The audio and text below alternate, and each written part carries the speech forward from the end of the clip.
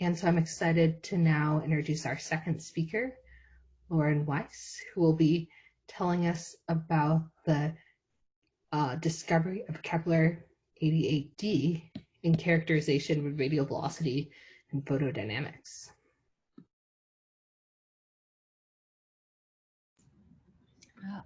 Aloha, everyone. Good morning from the islands of Hawaii. I'm here to tell you about a planetary system. And of course, this is a conference called Exostars. Many of you care about stars. So I promise for the stars folks, there will be a little bit of a teaser about stars at the very end. But as this animation shows, the main topic of my talk is the discovery of a long-period eccentric planet, Kepler-88d, in a system with multiple planets. So the reason why I chose this as a topic for this invited talk is that I'm very curious about the relationship between small planets and other planets that might be their neighbors. So for instance, in our own solar system, of course, the role of Jupiter was perhaps very important in the formation of Earth and the other terrestrial planets, and maybe later was important in the delivery of volatiles to those small planets. So in exoplanetary systems, do giant planets have similar roles to the role Jupiter and Saturn might have had in our own solar system? Well, to find out, first we have to find the giant planets. So in this particular system, there are 3 planets known, and each of them was discovered with a different technique. So one of these planets was discovered based on its transits, another from transit timing variations, and a third from radial velocities. And the astute planet hunters here probably can guess which is which.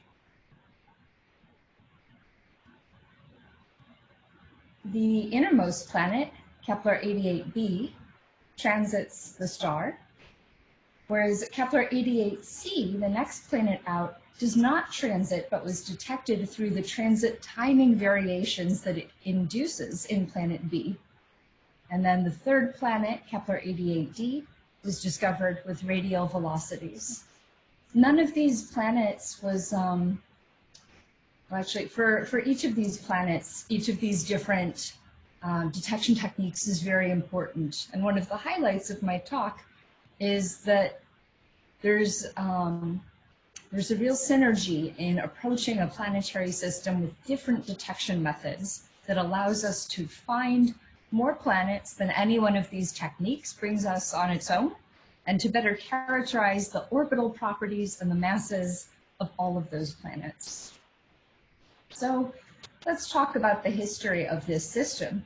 So Kepler-88b, which is also known as KOI 142, has some of the largest transit timing variations ever discovered. The plot on the left is showing the normalized flux from the Kepler long cadence photometry, and on the x-axis is the time from conjunction in days, units of days. So you can see in each of these little light curves that increase in epoch going toward the top of the plot, that the transit position, which starts at a time from conjunction of about half a day, is varying from one epoch to the next, and that the amplitude of these transit timing variations is about half a day, which is incredible. So this system was called the King of TTVs, colloquially, for these absolutely magnificent changes in the time of transit of this one planet. So, of course, if a planet has such large transit timing variations, this is dynamical evidence of a perturber. So back in 2013, Nesvorny et al. Modeled these transit timing variations, and from their modeling, they were able to zero in on an orbital period and mass prediction for a perturber, the one and only solution that reproduced the TTVs. And that solution was a 22-day period planet with a mass of 1 Jupiter mass. That's great. And then the next year, a team using the SOFI spectrograph gathered radial velocities that confirmed the presence of this giant planet at 22 days. You can see their RVs on the left, and then phase folded at that expected period of 22 days on the right. You can see this very clear sinusoid in the RVs. But sometimes we like to be perfectionists in science, and a team of us, including myself and Eric Agel, who I think is in the audience, decided that we wanted to try to improve the mass measurement of this giant planet at 22 days. Okay, so we started taking radial velocities with Keck high-res, and the RVs just weren't working out. We would get an RV and it just totally did not match the expected ephemeris of the giant planets. So I thought, oh no, is physics broken? What's going on? Is our instrument broken? But only for this one star, because all the other stars are behaving as we expect.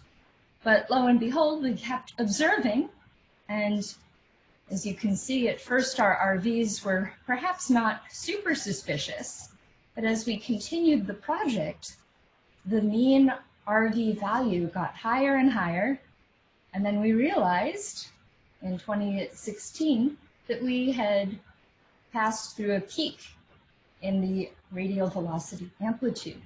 So this additional rise and fall of the radial velocities is not described by either the transiting planet or the planet at 22 days, which, by the way, makes this nice big zigzag here. So we realized we could explain this behavior of the radial velocities with the inclusion of a third planet to the model. Great. So here's a quick overview of what we've learned so far about the system. Here are the radial velocities from high-res and also the SOFI data collected over time from the year 2013 up through 2020. And the RVs are phase-folded to the orbital periods of each of the planets we know about. So here's the transiting planet at 11 days. You can see the RVs are not particularly spectacular, but the planet is transiting. We know it's there, so that's fine. Here's that planet at 22 days, the one that causes the transit timing variations, and you can see a very clear detection in the radial velocities. And then finally, the RVs are phase folded to the period of this new giant planet we have discovered. Great, so we've found 3 planets in the system, but you might be wondering, well, gee, Lauren, this system is very near resonance. This planet at 22 days is at almost exactly twice the period of this 11-day planet. Is it possible that this long period eccentric planet that you found is just somehow resulting from confusion based on planet-planet interactions? So to address that possible concern, we performed n-body dynamical modeling, where instead of just assuming Keplerian orbits for the planets, we actually forward modeled the planet-planet interactions, simultaneously reproducing the transit timing variations and the radial velocities to the best of our ability. So these 2 sets of plots are showing our 2 different models. On the left is our 2-planet model, and you can see it doesn't go through the radial velocities at all. By the way, it fits the TTVs just fine. But on the right is what happens when we include a third planet. So indeed, when we take a detailed look with n-body orbital dynamics, we do need this third planet to explain our data. You might also wonder, well, you're talking about 3 planets, Lauren, but what if there's more? So here are the long-scargle periodograms of the radial velocities at different stages of modeling. So when we have all the planets in the data, we have not yet modeled or removed any of them, This is the power as a function of orbital period. You can see there's a nice peak at 22 days corresponding to the planet that was predicted to be there from transit timing variations. That's great. After removing that, and also the planet at 11 days, which does not at any point produce a significant peak, we can see there's this residual peak at 1400 days. That's the third planet that we discover in RVs. And then after removing the 3 known planets, there's some power at 1 day, which could be an alias of just about anything, but no clear fourth signal that we might look to as the orbital period of a putative fourth planet. So there's no evidence of additional planets in the system. Okay, so we had a little too much fun with dynamics in this project. So you might wonder, okay, did you really reproduce the TTVs? So this again is our best 3-planet model that simultaneously reproduced the TTVs and the RVs. So the observed TTVs are the blue dots, and our best fit model is the orange X's. So you can see we really nicely capture this sinusoidal long-term variation of transit timing variations. But something that's really cool about TTVs is if you've got a lot of them and you've measured them really, really well, you can measure what's called the chopping signature, which is a signature on approximately the synodic timescale of the planets. And that's actually where information about the masses of the planets is encoded. So that's what's shown in this middle panel here. It's the chopping signature.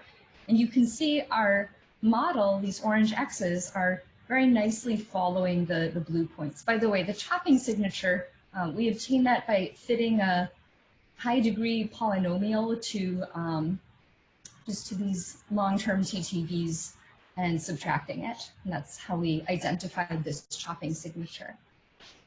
So what's going on in this chopping signature?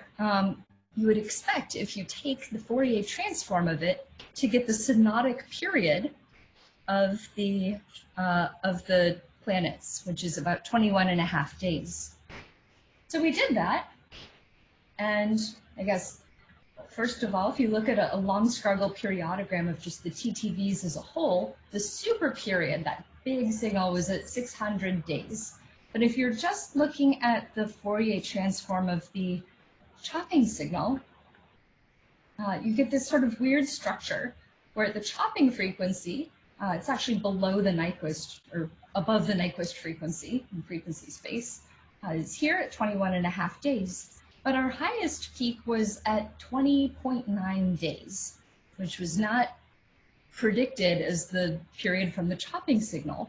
So we were perplexed about this for a while. The referee really wanted to know why was there this peak here that we didn't fully understand.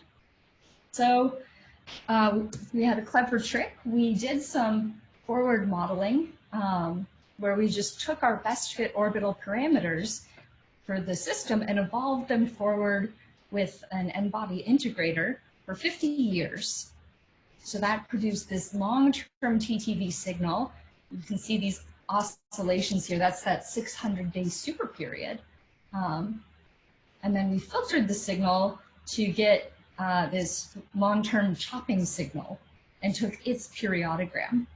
So even in this very pure modeled approach, the chopping signal has this period at 21.5 days as expected, but also this period doublet centered around 20.9 days. And it turns out that we did a little math and figured out that that was from the 3:2 orbital resonance. So it's really neat. Actually, planets are not actually in these perfect resonances. So the chopping signal or any TTV signal will have power from all the different resonances, but in proportion to how close the planets are to that given resonance. Anyway, so what's sort of cool about this approach is we can think about the sort of the orbital evolution of this system, and it has what I like to call double precession. So this is just a plot of the eccentricity of the planets as a function of time, where eccentricity is broken down into E cos omega on the x-axis and E sin omega on the y-axis. And this is really fun. So the planets start over here. That's where planet B starts. C starts over here. And as time goes forward, you can see B traces out this super weird spirograph pattern. So what's going on here? Well, each of these tiny little zigzags is that chopping frequency of 21 days. But then each of these loops is the 611-day super period of the TTVs. And then this long-term flower pattern takes about 20.5 years, which if you look back to our full forward model here, you can see there's this sort of extra super period on top of the first one. So it's really cool. Systems have a lot of dynamics. So one upshot of having really clear TTVs like this is that we were actually able to do a photodynamical analysis. Now, for those of you who aren't in the know, what makes a photodynamical analysis different from and potentially better than an n-body analysis is instead of just fitting the transit time, you're also fitting the transit depth and duration for each individual transit. And you do that by actually having a dynamical model of all the planets that you think are in the system. You just run that, it's still an n-body model, you run the n-body model, but you're actually keeping track of the inclinations of the planets and their velocities in a way that lets you predict the depth, duration, and midpoint of every single transit. So this was our best fit photodynamical model, and not only does it do a great job of reproducing the phase-folded transits of planet B, but also it the model includes these transit duration variations, where each epoch of transit of the planet has a slightly different duration. So this allows us to make long-scale predictions about planet B's transit. We actually reproduce a result from Nizvorny et al. 2013, which is that on the time scale of sort of like 20 years or so, planet B won't be transiting anymore. So, you know, if we go point plateau at this system, there's a chance that planet B will no longer transit. It will have been torqued out of the line of sight. So one advantage of having these rich TTVs and the RVs all together is we've got more Keplerian orbital elements for the planets in this system than we do for almost any other system with small planets. So that's a full table of our posteriors, which is basically just to impress you. And then the point here is that for each of the planets, for planets B and C, where the TTVs are interacting, we are measuring 5.5 orbital elements per planet. And then for planet D, that one's only detected in the radial velocities. We don't see it at all in the TTVs. So this is just a very classic radial velocity detection, where we get the m sin I of the planet and its orbital period and some eccentricity information, but we're missing that inclination, angle, and longitude of ascending node that something like Gaia could help us better resolve. Okay, let's see. I'm going to skip that because we're running low on time. So I gave a little teaser that we're going to have something for the stars people. So I was just playing around and I had this question, okay, this is such a weird system. So what other systems from the NASA Exoplanet Archive, from the literature, are the most similar to Kepler-88? And the ones that I came up with are 55 Cancri and WASP-47. So these are both systems with multiple giant planets that also host an inner sub-Neptune-sized planet. So this is a table that's just comparing the parameters for Kepler-88, 55 Cancri, WASP-47. So I looked at them all side by side and looked for anything that jumped out. So one thing I noticed is all three of these systems have very high iron abundance in their host stars. So I thought, okay, well that's, maybe that's actually not that surprising. I've selected them as systems with multiple giant planets. And we actually know from the very famous Fisher and Valenti relation that the occurrence of planets, particularly giant planets, increases with stellar metallicity. So maybe that's not surprising. But there were some differences between Kepler-88 and these other systems. So Kepler-88 is a little bit younger. It has an age of about 2 gigayears. And this is an isochrone determined age. And whereas the other systems are both like old. And then Kepler-88b has a very moderate orbital period of about 11 days. Whereas these guys, for both of them, their sub-Neptune-sized planet is on an ultra-short period of less than a day. So this made me wonder if Kepler-88 is somehow a dynamically younger version of these other planetary systems that we know about, and what dynamical pathway could possibly turn Kepler-88 into 55 Cancri. So I will leave you with another of these lovely animations from Keck Observatory, artist Adam Makarenko, including a bird's eye view of the orbits in the Kepler-88 system. So mahalo, and I will take any questions. Thanks so much, Lauren. Let's save our questions for the discussion section. Hold on to them, and we will come back to questions for all three speakers after our final.